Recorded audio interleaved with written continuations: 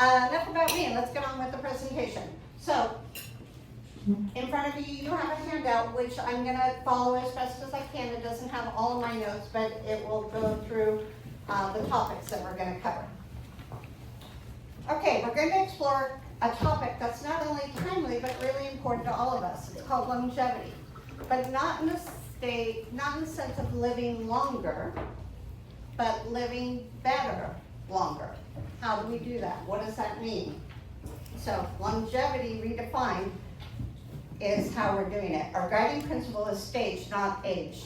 We aim not only to extend longevity, but to expand what's known as health span. Has anybody heard of health span before? Health span. So there's lifespan, which is how long you live. There's health span, which is how long you live well. So it's kind of a new term that we're talking about here. As we undergo a profound demographic shift, it calls for an equally profound mindset shift. The old assumptions about what it means to grow older and how we support this stage of life no longer apply. The idea that a specific age is the start of old age, or if somebody's 70, maybe you're considered old, or maybe you're considered young. It's outdated. It's time to rethink aging entirely. So reframing expectations. Before we go on, let me ask you this. Who expected to live as long as you have? Okay, maybe a better question. Who expected not to live as long as you have? Wow, okay, you're not alone. Okay, so, Jeanette, and we'll get into this more, but it's not unusual. You base your assumptions on how long you're going to live based on your parents or your grandparents. You know, my mother passed away at 73. Does that mean I'm going to pass away at 73? Well, I haven't got there yet, but let's hope not. So, the old model of life, learn, earn, and retire, no longer applies, okay? Not when you might have 30 years or more of life left after the age of 65, which is, in the old days, the typical retirement age. How many people, most everybody in here is retired, right? There are a few people that aren't. Okay, so what age do you think you might retire at? 65? 70? 85? My mother-in-law worked literally until the day she died. She was 87. Wow. Okay, and she worked not because she had to, but she worked because she loved it. Okay, so imagine if she retired at 65, she would have another 20 years of not working and driving her husband crazy and her kids. So it's timely. The extended phase of life, what we call the bonus years, is rich with potential. We're seeing older adults start businesses. So those after they've retired, they start businesses, they return to school, they pursue passion projects, volunteer, or reinvent themselves in ways that were once unthinkable. You know, gone are the days you retire at 65, play golf for a couple of years, and then you die. It's not the norm anymore. So, what are you going to do with those extra years after you retire? It's time to shift from age to stage, to look at where someone is in their personal journeys, not how many birthdays they've had. Retirement isn't one static moment. Retirement can ebb and flow. It can change. It can go from, the first couple of years after you retire, everybody's like, woohoo, I have all this free time. I'm going to stay at home, I'm going to cook, I'm going to clean my house, I'm going to play golf, I'm going to do all these things. Does that happen? No. Not yet. Not yet. Right. So we need to plan what we're going to do. Now, a lot of you are already in retirement, and I want to talk about this a little bit later. What do you do to make your life purposeful? Okay? Rethinking caregiving and support systems, rethinking education and work opportunities, rethinking what community engagement all looks like. Those are all part of your retirement plan. We're not just witnessing a longer lifespan, we're entering a new era where it means to grow older. This isn't about decline, okay? 10 years ago, 20 years ago, retirement, you're going to decline. You're going to sit in your rocker all day. and you're going to knit or crochet or watch TV all day. None of you do that, right? You're all active, you're all out there. It's about reinventing and great repurposing. Perhaps most importantly, it's about reclaiming the narrative of your life. Not as a time to wind down, but as a time to step fully into. So, what does aging really mean? And I know you have this in your notes. It's like scientifically, aging is defined as a gradual loss of physiological integrity that leads to a functional decline. That sounds a little grim, doesn't it? It's like a little hard to say too. So, aging is essentially your body wearing down, giving up. Parts don't work anymore. Scientists are now uncovering ways to slow or delay or even reverse aging in a lot of instances. Thanks to groundbreaking work with the doctors in longevity science, the gerontology, and the Alzheimer's Association, we've shifted the conversation. It's no longer, how can I live longer, but how can I live better longer? We're learning that a single age, like 82, you'll find incredible diversity. Okay, some people are running businesses or running marathons. Some people are caregiving, volunteering, creating art, mentoring. Age is no longer a reliable indicator of capabilities, interests, or contributions. The shift is opening up new opportunities. Long overdue conversations about caregiving, end-of-life planning, flexible work, remote careers, and staying engaged beyond traditional retirement. Okay, how many of you here, just curious, how many of you engage in volunteering? Wow, that's awesome. How about, does anybody have a side business? You do? I know you do. Okay. Art could be a side business. Yeah, anything that makes money or, yeah, you do. How about mentoring? Jen, not surprised there. There are so many things that you can do. Your wisdom, resilience, and experience enrich our communities. You know, so be out there. Population aging driven by lower birth dates and longer life expectancy is one of the most powerful global trends there is. Over the past 150 years, the entire Earth has doubled their life expectancy. Okay? So it's they're calling it one of humanity's greatest success stories. So whereas before people lived into their 20s, 30s, 40s, now people are living 80s, 90s, 100s, and even over 100 is not that unusual right now. They say that children born in the 2000s will live well into their hundreds. Okay? I don't know about you, I don't know if I want to be 120. No. Or even 100. It's a lot. So it's kind of reframing, again, your expectations. It'll depend on your longevity value, your health, your finances. That will all determine on how well the health span you age as you continue to get older. Okay, what determines longevity? Okay, we were talking about lifespan versus longevity. Genetics. Who thinks genetics plays a huge role in your longevity? Okay, it's actually only about 20%. 20%. Yes, your DNA plays a role in longevity, but not as much as you think. Research shows that only 20% of lifespan is tied to heredity. So that assumption that I'm only going to live to be whatever the average age of your mom and dad and your grandparents lived to, that no longer applies. Environment. Okay, environment is a huge factor in living longer, and that's many reasons why people live longer today. Access to clean air and water, quality health care, safe housing, walkable neighborhoods, exposures to toxins, and chronic stress. Okay, stress is a huge factor in longevity. Okay, fortunately, we can control our environment way more than we can control our genetics. Okay, you can't really control your genetics, but your surroundings shape your daily choices and stress levels, both of which influence long-term health. And then the most encouraging news, the biggest factor is lifestyle. Okay, and this is not anything that's new or groundbreaking, but when you eat, how often you move, how connected you feel to others, and how mentally engaged and emotionally resilient you are. Okay, so how often you eat, how often you move, how connected you feel to others, and how mentally engaged and emotionally resilient you are.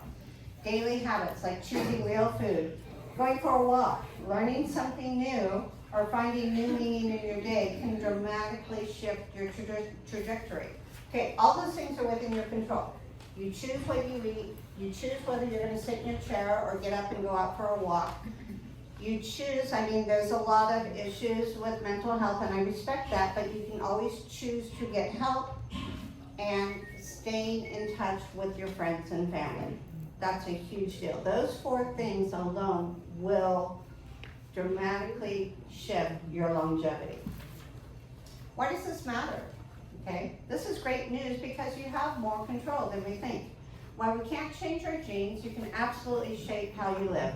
And even small, this is important, even small, consistent shifts in our behavior can make a lasting difference in your health span. Okay.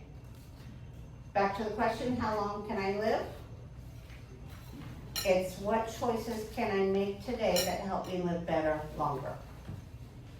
Okay, back to lifespan versus health span. Okay, to sum it up, lifespan is the total number of years that you live. Health span is the total numbers of how you live well. Okay. Now here's the thing no one talks about, the quality. Okay. How many years of your lifespan do you spend feeling good, physically, mentally, and emotionally? Okay. Physically, there's all sorts of classes, whether they're balance classes or exercise classes or biking classes, all sorts of classes, Tai Chi, what else? What other kind of exercises do you guys do? Yoga, Dance. hiking, swimming, dance, walking, water aerobics. So those are all easy. Most of them are low impact things that everybody can do. Okay. Mentally, okay, depression is a huge issue for the entire society, but especially for seniors. Okay, there are so many resources to deal with depression online now. You can get online and talk to a therapist through your computer. You can have a phone consultation. You can see someone in person. There's just, I know it's hard sometimes to admit that you need to talk with somebody, but now you're able to do it in the privacy of your own home. AI. And AI. Yeah, I don't recommend you use ChatGPT as a therapist. Yeah. And AI can do so many things, trust me, I use it all the time. But for therapy, you said you've used it, it's been helpful. I mean, you can always try it. So, emotionally, okay, what emotions have to do, why do emotions have to do with longevity? No? It's just part of staying connected to your friends and family, not only for health care, but being emotionally connected with your community gives you purpose. Having purpose will expand your lifespan. What actually increases health span? So we're going to talk about, we've talked about a couple of these, but we're going to get a few more. It's one in here. Oh, hang on.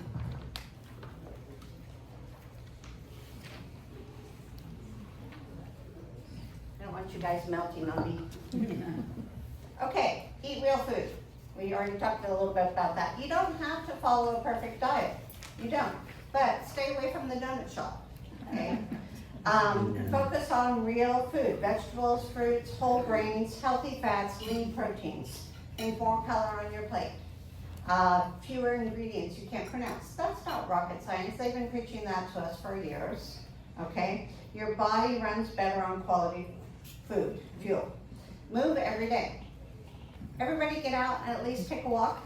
Once a day, twice a day, 3 times a day, do something. You have to get out and move. Okay? If you break your foot, if you injure your hip or break your arm, you can do some type of exercise modified, but it's important to move every day. Now, this one I thought was really interesting, how much of an impact it has on longevity is keep learning. So important. You can read a book, you can take online classes, you can go to classes, you can watch a documentary, anything that challenges your brain.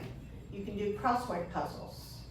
I prefer that you choose something where you interact with other people.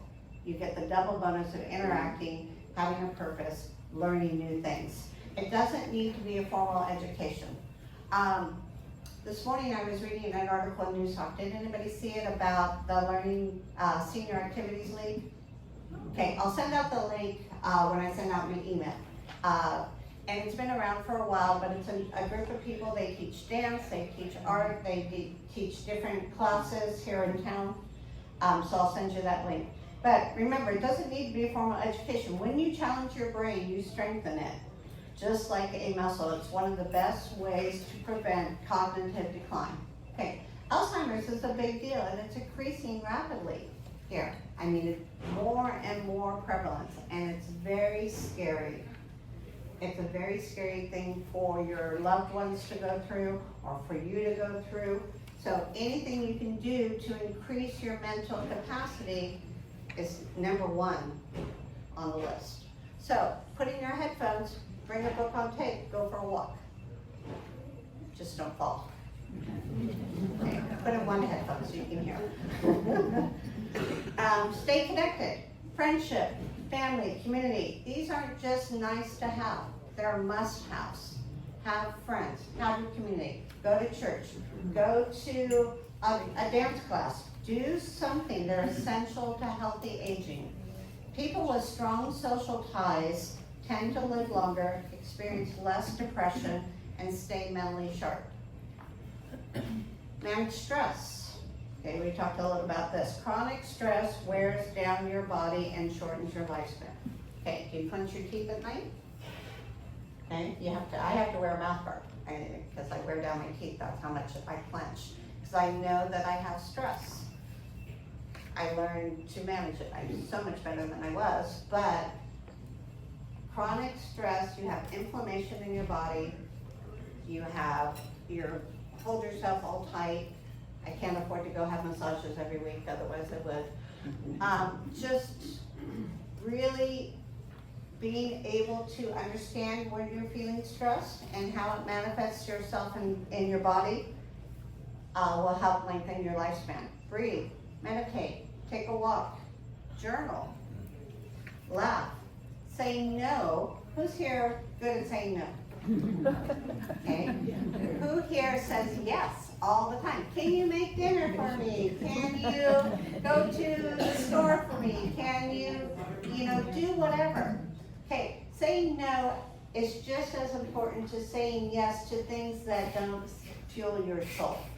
Say yes to a lot of things, like, do you want to go for a walk, or can you come over and keep me company, or let's have dinner, but saying no to things that burn you out or you don't really want to do. It's okay. Stay connected. We talked about that. Prioritize sleep. Who here sleeps under 6 hours a night? Okay, sleep more. I wish.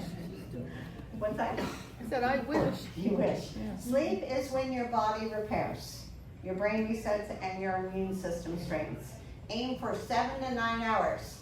So I saw that and I showed it to my husband. See, this is why I go to bed at 9 o'clock every night. So I like to sleep. It's the simplest way to protect your health. Okay? Be productive about your health. We were talking about this earlier. Get your checkups. Go to the dentist. Go to the doctor. See the chiropractor. You have to be proactive. Okay? Don't wait for a health scare to take your well-being seriously. Prevention matters, and small things caught early save you a lot of time and agony. Have you heard of Function Health? Function Health is a new thing. It's done by Dr. Jeffrey Hyman, who created the paleo diet. And you can see it online, and I signed up for it. It was really interesting. You pay, I think it's $400, it might be $500 a year, but they go and they run 100 blood tests that your doctor will never do. Okay, do you need it? Maybe not. Okay, but I signed up for it and I went and did it, and it gives you a really interesting profile of health, your immune system, your biomarkers, your, I don't even really know how your liver's working. I mean, your doctor will do certain tests, but this goes so much deeper. And I found it really comforting to me to see how healthy I really am. It also gives you your chronological age. When I first did my test in January, I came out to like 88. Oh, wow. And I'm going, oh my gosh. Of course, I was really sick at the time, and my autoimmune system was always crazy. But when I went back in June, you do them every 6 months, my chronological age was 55. Wow. So, did I make changes besides not being sick? Yes, I did. But it's a great way to monitor things your doctor's not going to test for. So, I recommend it. Your choice. Let me know and I can send you the link. Yeah, I'll send it out. Live with purpose. Okay, people don't talk about this very often.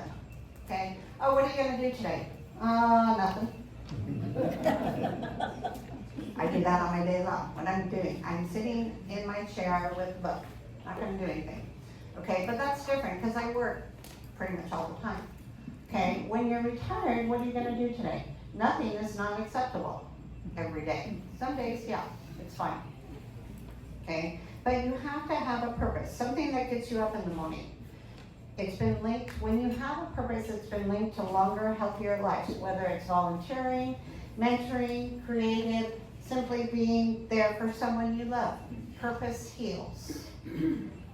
Okay? Out of those we just talked about, which are your strengths? You don't have to tell me out loud. Is it purpose? Is it exercise? Is it good food? What are your opportunities? Where can you improve? Okay? Anybody want to share? No, didn't think so. That's okay. Bottom line, you don't have to be perfect. You just have to keep showing up, curious, connected, and caring for yourself in small, consistent ways. It's a difference between 20 years in a wheelchair and 20 years on the beach or playing pickleball or skiing or bike riding or hiking or all those things that you do. Okay? That's how we grow our health span. That's how we stay fully alive. We want to add life to our years, not just years to life.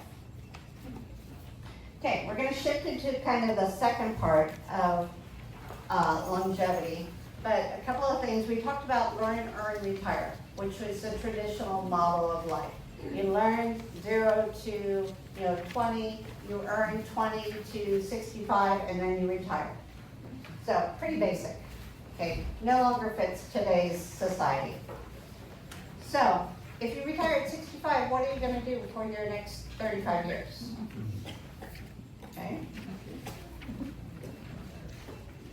That space, that stage of life is what we're here to redefine. Age alone can't predict capability or contribution. It's time we let go of the assumptions and see people at what stage they're in, not what age they are. Sidetrack a little bit, identity. Okay, when you're working, or when you are still working, you identify as a realtor, or a CEO, or an administrator, or a teacher, okay? Those are, or a parent. As you go into your retirement, what do you identify as now? You have business cards, right? What do they say? I'm a mosaic artist. So, Betsy she does mosaics, and she actually has business cards. It doesn't say retired, it says mosaic artist. Okay, who are you now? That's gonna take some thinking. Do you still identify as being a CEO? You'll always identify as a parent if you have kids. I'm my dog mom. That's who I am. But who do you want to be? Are you a mentor? I have a friend that mentors young people, and he has business cards. He was a CEO of a big pharma company, so it says CEO/mentor. Because he's still hanging on to the CEO, which in that case, it brings some credibility. okay? But really define who you are or who you want to be. Because if you're not there yet, still get business cards that says, I'm a mentor. You know, just kind of a vision board. Okay, you will find in your packet 2 charts, okay? The first chart, we're gonna go through pretty quickly and then spend more time on the second chart. Okay, I read a book, it was called Stage Not Age. I don't recommend you read it because it's really for marketing people trying to understand how older people are dominating the marketplace now and how you market to them. Okay, but it had a lot of really good ideas on how to break down stages. So just real quick, we're gonna go through this, the 5-quarter, okay? Who says 5-quarter? I just have a request, can you turn the air down Yes, just a I little? agree. It's really blasting over here. Thank you. So happy with it.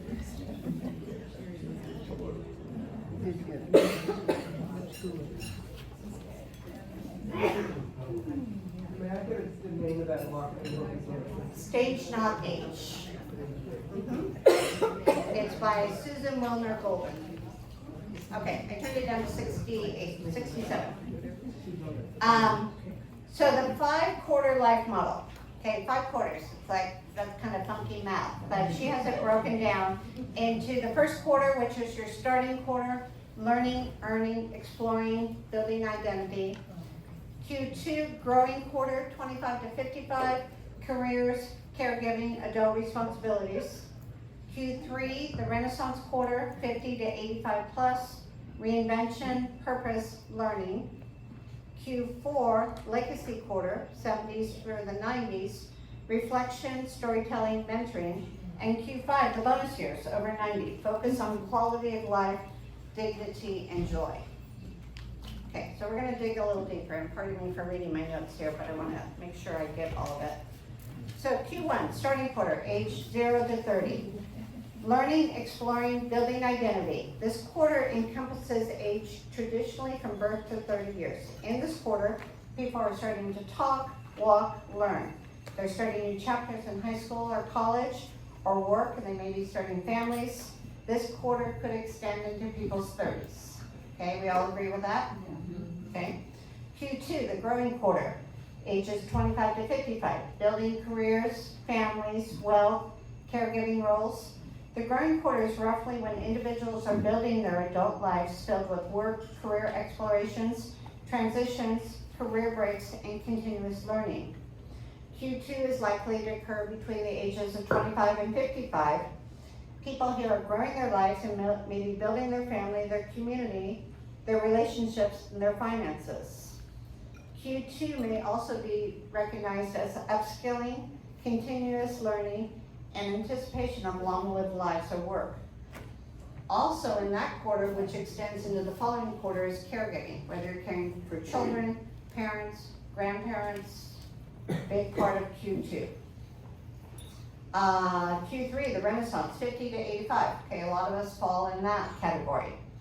Reinvention, new learning, starting businesses, traveling, caregiving again, whether it's for parents or kids or even grandkids. This is the time of the Re's, R-E. Repurposing, rejuvenation, renaissance, and reevaluation. Q3 could be called the re-everything. It is filled with continuous learning and exploration. So we talked about continuous learning, such an important factor. Q3 may well last into your mid-80s and conceivably into your 90s. Individuals may start new careers or return to school for more education and upskilling. They may start new families, okay, people getting remarried. Okay, I don't think you're gonna be having kids when you're 60, but you could adopt.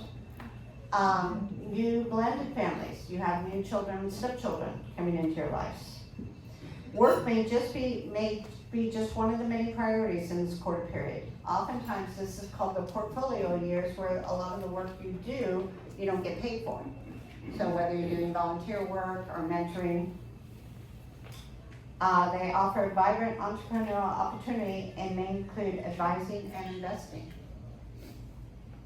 Okay, intergenerational learning. Wisdom is now a two-way street. okay? Older adults offer experience and life challenges. Younger generations offer innovation, tech skills, and energy. So, growing together, working with your children, your grandchildren, other people in the community that are younger than you or older than you really add value to your life. You share just as much as they share. So it's really a great benefit. The legacy quarter.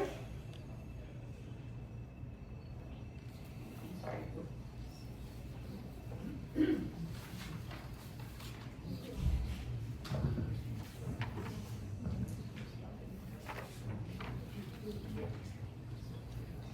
Okay, I'm sorry.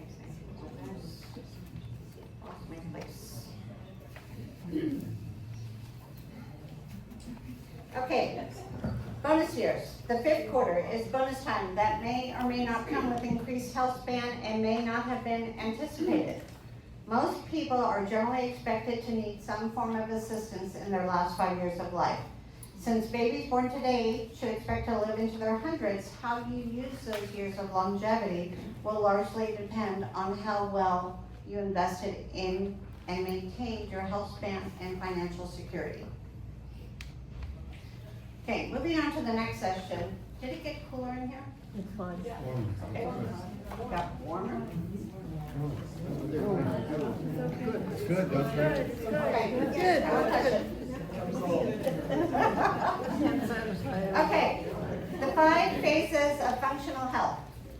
Okay, I think this is a little easier to understand than the last chart. It comes from the Gerontological Society of America. Okay, go. Okay, everybody following along? Go. Excellent health, active, few or no limitations. Go slow. Very good health, some self-limiting situations. Slow go. Good health, needs assistance with activities of daily living. Slow, fair health, limitations on their activities of daily living. And no go, physical and or mental conditions that require the advanced care in nursing homes. Okay, think to yourself, what stage am I in? And it doesn't always have to be the same stage, okay? Like today, I'm kind of a go slow. I've been a slow. And then most often where I like to be is a go. So it's very fluid. So how are you feeling that morning? Do you have aches and pains? Do you have an injury? Do you have stress? Those will all determine where you are. Ideally, you're always in the go slow or the go. And as we age into our 90s and even 100s, it's going to go the slow, or maybe eventually the no-go. So, I think that's a real simplistic way of thinking about where you are in life. Once again, stage, not age. You know, if we just did those 5 stages, how old are you? I'm a go. Okay? Or I'm a no-go on Sundays, it's like. So, are you repurposing? Are you relaunching? Are you resetting? Are you caregiving? Are you managing health? So, are you a go or a go slow or a slow go? Whatever your answer is, it doesn't really matter, and I don't need to know, and the people around you don't need to know, but you need to own it, and you need to you are still becoming who you are. And by making the smart choices in our daily living, by moving and eating good food and exercise and community and learning, those can all expand your health span. Okay? What does thriving mean to you? Any takers? Anybody want to share? Thriving just means living every day with purpose.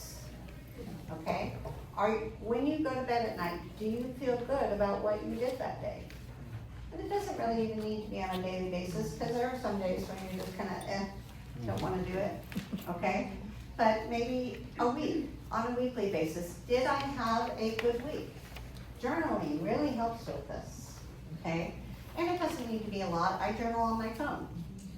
Okay? You don't need to write it down. So I just keep a notepad, and I'm pretty consistent about it, but I can go back and I can look.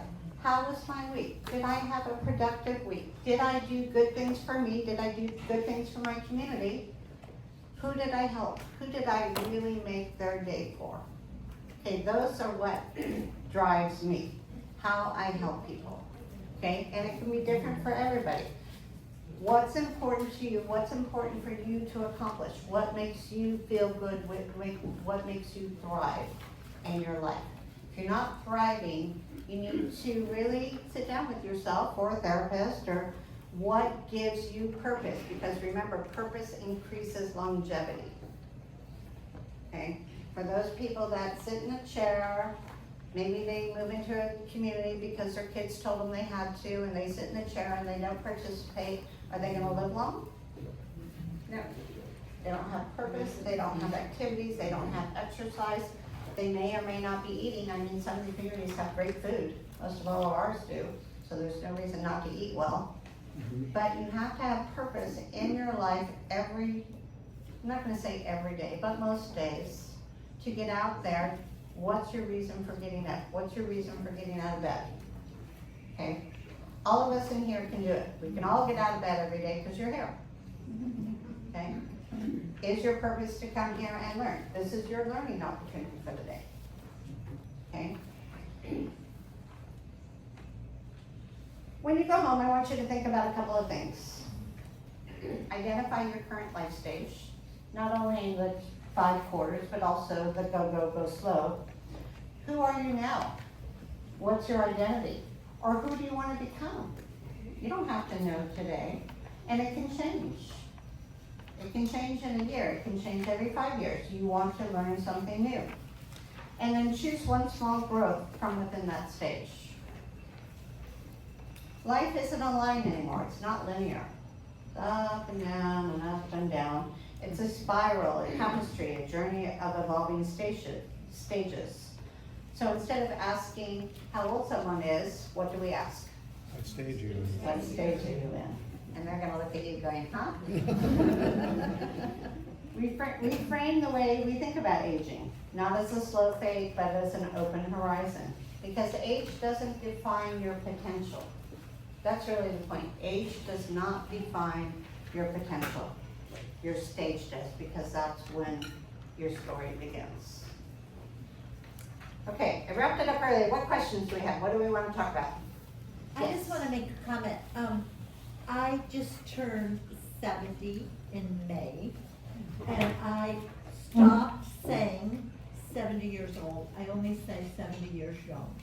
And I want everyone to put young instead of old after the. And that's reframing the conversation. We're not 70 years old, we're 70 years young. Okay? Yes, Mira. I just want to remark on how fortunate we all are in that we can go outside every single day when we're here. Yeah, Muriel brought up a great point, and one of the reasons we live in Santa Barbara is we can go outside every day. We can take a walk every day. You can go to the beach. You can go to fabulous restaurants. You can play golf. I mean, look outside this window. How many people on the East Coast see this right now? Pretty much none. Okay? Yes. One thing we really didn't touch on was the advantage in this town for continued learning as adults. City College, I'm taking a poli-sci class right now. I never thought I'd be doing that, but Exactly. Thank you for bringing so that up. much to take advantage of here. There's, for continuous learning here in Santa Barbara, especially in Santa Barbara, you have City College, you have, adult ed, there's the I'm trying to think of the name, down on Turnpike, the center. Wade Center. The senior center in Goleta. What else? Vistas. Lifelong learning. Yes. Knowledge and crisis that we have as we transition into different stages, when kids get older and they move away and that was really resonating. Yeah, identity. I mean, and it shifts throughout your entire life. It's not just when you retire. Your identity changes from when you're a kid going into high school, and then again in college, and when you meet your spouse, and when you have kids, and when you work, and then after you're done working, who are you now? Geraldine? Yeah, I had an identity crisis, when my husband passed away. I went through a period of really, didn't expect I had to redefine myself, who am I now? Am I what I was? Exactly. So when your spouse passes, that's a huge identity change. Okay, I know many of you in here are widows or widowers. You know, how did you handle that change? And some people don't, at least not immediately. How long did it take you? Ooh, over a year for sure, it hasn't been that long, it's only been 2 years. Yeah, then you're still probably figuring it out. Yeah, no, I'm better now. Yeah. I'm kind of figured it out. Thank you. It's a hard thing. Nan? We just read this article in AARP about my two grandmothers, and he essentially sums it up with the same things you were saying. The three most important things are resiliency, faith, and love. And you kind of encompassed all of those this morning. Yeah, and resiliency, faith, and love. And I didn't really touch on the topic of faith, but it's an important one. His definition of faith is a really broad one, and it really comes down to purpose. Having, A purpose. yeah. So faith, in this article from AARP, they talked about faith defined as having a purpose. And I talked a lot about that because I think if you walk away with just one thing today, have purpose in your life. Deanna. There's two things. For me, I think one has to be really proactive about themselves. And my thing that I do each morning, and I kind of have my calendar and I do the night before, but I include in when's my exercise, when's my game time for my brain, when's this time, but I always wake up and say, let me find something today that will bring joy to me. And I don't care if it's having a conversation with someone that you just met or just absorbing it. And then I also wanted to comment on, so, as young, you go pediatrics and food. Now I'm at the geriatric doctor. And so I went to see him and I interviewed him and he interviewed me. And, we talked and he just gave a talk on Zoom and was wonderful about, he's young. And he said we should be getting fresh air, minimum of 30 minutes a day. Do all these things that you so talked about. Yeah, back to what are the things that you can do to create longevity? Get fresh air, 30 minutes a day. I really like your point. What am I going to do today that brings me joy? And then in the evening, what did I do that brought me joy? Gratitude. Practice gratitude. And positive. And positivity. Sometimes Yes. we align ourselves with people in the Okay, what else? Who else has a comment? Yes. One thing struck me in the 5-quarter life model, that in quarter 5, the last thing is joy. I didn't notice It's a that. funny place to be. So, let me look. So in the 5-quarter life model. Do we have to wait for our late 90s? So, in the first chart here, yeah, Q5 bonus years, 90 plus. So I think it's focus on quality of life, dignity, and joy. No, you don't have to wait till you're 90 to find joy. Please don't. Yes, all the quarters absolutely overlap. So if you're working, it could go into your 70s rather than ending at 50, or if you're building wealth or caregiving. But yeah, find joy throughout your life. Find joy every day. I know I always feel better at night when I'm sitting there in the evening. What did I do good today? Who did I help today? Okay, Jim. Well, I'm a real nut about this, and all the research says the more exercise, aerobic exercise, and strength training you do as you get older, the better things are. It decreases cancer, decreases heart disease, it helps with a whole lot of things. Walking's good, it's one of the best things to do. But get on a bike, go to a gym. There are, the YMCA over here has great balance classes and yoga classes and everything, and that is the best. Thank you, Mr. 65-year-old Jen, because you do all those things. I'm 82. I know. Me too. Okay, he goes skiing, he rides his bike, he does all these things. I am getting over a broken leg from skiing, yeah. And he broke his leg. But you know what? I have to admire that because he's out there staying healthy. Okay? Yeah, there's two things. One is gratitude, and years ago I read a book that was about gratitude, and every day that you could read something on gratitude. And that's the way I am today, and I try to wake up and keep that on to just for me. Yeah. And then the other thing is, I read something yesterday that I can't remember the source, but it was about the importance of vitamin D for health and how to go into the sun at least twice a week for between 5 minutes and 30 minutes is definitely worth. So, that goes to Deanna's point of go outside every day, because we have sunshine most every day, being outside, and back to gratitude, practice gratitude. It'll change your perspective on a lot of things. So, you can do it on a daily basis, you can do it on a weekly basis. Write down at least one thing, or 3 things, or 5 things that you're grateful for. So, Mira will get to you, and then I'll get to you, Rosemary. Mira, or I'm sorry, Laura. I just wanted to say that people should not be afraid to go to a senior living facility. I moved to Maravilla and it has increased my joy tremendously. Yeah. There's community there. So the old days of a facility are gone, Yeah. okay? We call them communities. Maravilla, Valverde, Samarkand, so many great benefits of moving to a community. You have a community, you have food, you have housekeeping, you have activities, you have all those things under how to increase your longevity. If you move to a community, it's all right there. They provide all of those things for you.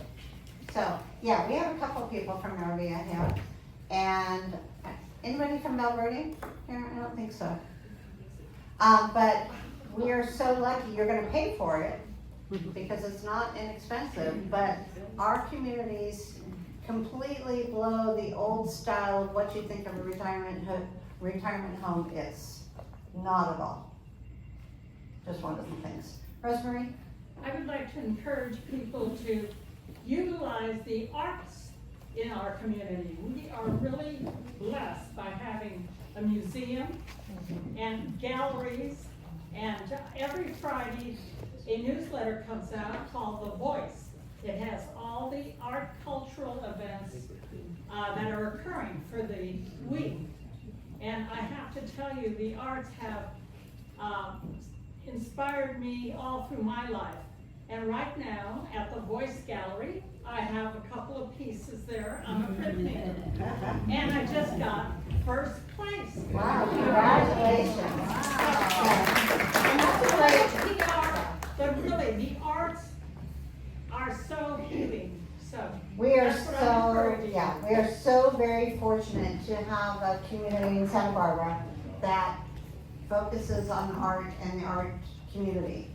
So many choices, the museums, we have Natural History Museum, we have Museum of Art, we have the Botanical Gardens, we have Lotus Land, we have theater, all types of art. Yeah, so thank you, Rosemary, great point, and congratulations. Who else?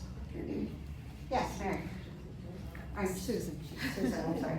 I am a traveler and I refuse to give it up. And so I just came back from Japan. But I'd like to make 2 points about that. And one is, do not overlook or scorn the use of assisted services at airports. If you get yourself in a wheelchair, you no longer have to worry about finding your way or getting lost or not making your plane on time, because the person who's pushing your wheelchair will make sure that you get through every obstacle. I highly recommend it. You may feel weird sitting in a wheelchair at first, but I quickly got used to it. So let me recap that before you go on. when you travel, a lot of people in here still travel, use the assisted services at airports. Get a wheelchair. It's so much easier. And some of our airports, not Santa Barbara Airport, but other airports you're traveling into are so large that trying to walk from gate to gate is just silly. And if you're late, they'll make sure that you get there. No shame in it. So use the services available. And you have another point? And the other point is finding alternative forms of transportation besides driving. Because I won't drive to Los Angeles anymore, obviously, so I take the train. So I want to go to a play at the Amundsen or somewhere, I take the train, and then there is a Dash bus, which is free and runs frequently, and I can get myself to Disney Hall or to the music center. Right. Yeah, And then I do public it in services. reverse to come back. Whether you're going to LA or San Francisco, there are alternatives other than planes. Also, I was talking with a friend who needed to go to LA and their kids lived in Venice. She doesn't want to drive. We recommended the Airbus. Take the Airbus to LAX. It's $50, I think it's $60 now. The train is cheaper. Train is cheaper. Metro. Yes. Well, I was just in the library, I checked out a book called Be Useful. And I would highly recommend it for people our age. Be useful. Be useful, a book from the public library. Useful. Useful. Another book I just read was I Like Being Old. And it's written by a 95-year-old woman. She's since passed on, and it's a really easy read. It's a couple of hours. But she made a conscious effort to turn everything into a positive. If she had lost her sight, her mobility, and her hearing, but she was still one of the most joyful people around. People would ask her, why are you so joyful? I mean, you don't have your hearing? Attitude. Attitude. It's all about attitude. And we all have the power to change our own attitude. Okay, comments, what questions? We're gonna do our giveaways? Yes. I just want to make a comment about museums, that one that didn't get mentioned where I happen to work, is the Carlos Manuscript Library Museum, which I know is a huge mouthful, but it is more than manuscripts and documents. And it can be very interesting. So every few months, we do get a different collection. We have our own collection, but we do get. Carpel's Manuscript Museum. Museum. Yeah. What street is it on? It's on Anna in State in Chicago. It's a half block from the Art Museum.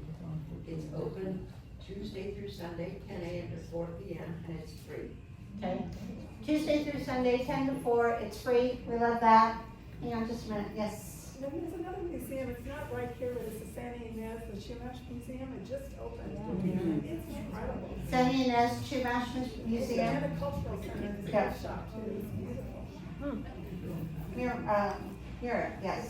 I'm sorry. Museum in Ojai, lovely. Okay, I'm sure we can go on forever. There's tons of museums. Go online, look at them all.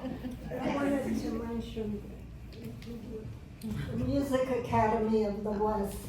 These are students, but they're wonderful. They're excellent musicians. I have tickets for this afternoon at 1 o'clock. They have master classes, they have programs, and if you get there early enough to order tickets, they still may have, you can get some for $10. So I highly recommend them. Great, yeah, everybody got that. It's one of another great arts here in Santa Barbara. Okay, we ready for drawings, gift certificates? Okay, for new people, just for coming out today, I take my attendance list and I put up all your names and I give away 2 $25 gift cards, just for showing up. And then when you fill out your surveys and give them to me, I pick names, or I pick one, and that person for filling out their survey completely gets a $50 gift card. So I will send that out tomorrow, but for right now, 2 $25 gift cards go to, drum roll. Come on, give me a drum roll. Excellent. Is Debbie here? Actually, I don't think either of these people are here. Okay, gotta be present to win.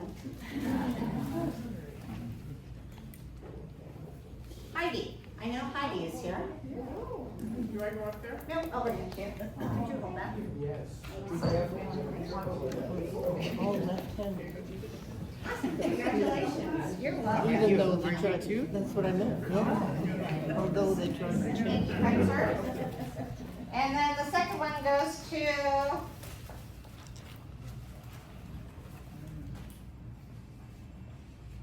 Claudia.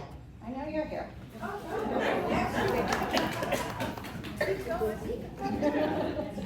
Right next to each other. It wasn't a trick. Thank you, sir. Oh, you guys get to go have an early lunch. Thank you so much for coming. August, we have communicating with adult children.